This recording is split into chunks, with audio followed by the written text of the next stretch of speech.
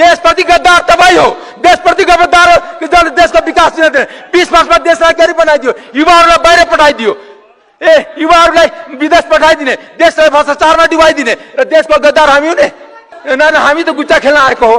एउटा कुरा के भने माननीय सदस्य तपाईँ निर्धारित विषयमा बोल्नुहुन्न भने तपाईँ दाइस छाडेर तल जानुहोस्। यसलाई रेकर्डबाट हटाउने मैले निर्देशन गर्दछु र वक्ता मान्य सदस्य बाँकी विषय आफ्नो अगाडि बढाउन सक्नुहुन्छ। पार्टीको दलीय हिसाबले यदि निर्देशन दिन्छ त्यो निर्देशन हामी मान्न तयार छैन। किन सभामुख संसदको एमालेको होइन, सभामुखजी स्वतन्त्र सांसद साँडेर जहिले पनि मलाई रुलिङ मात्र गर्ने होइन, सबैलाई रुलिङ गर्नुपर्छ। सबै संसद बराबर हो, यहाँ कोही ठुलो होइन कोही सानो होइन।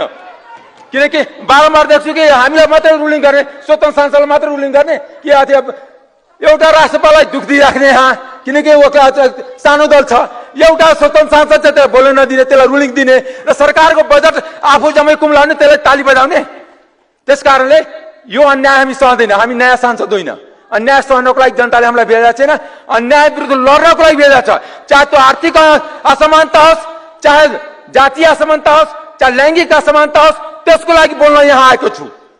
निर्धारित विषय नबोलेपछि तपाईँ दाइस छाडेर तल जानुहोस्। यहाँ निर्धारित विषयमा बोल्नुपर्छ, नियम तपाईँ तल जान सक्नुहुन्छ। ठिक छ, तपाईँले मलाई बोल्न दिनु, म यहीँ रहन्छु। 7 मिनट मेरो टाइम छ, म यहीँ रहन्छु।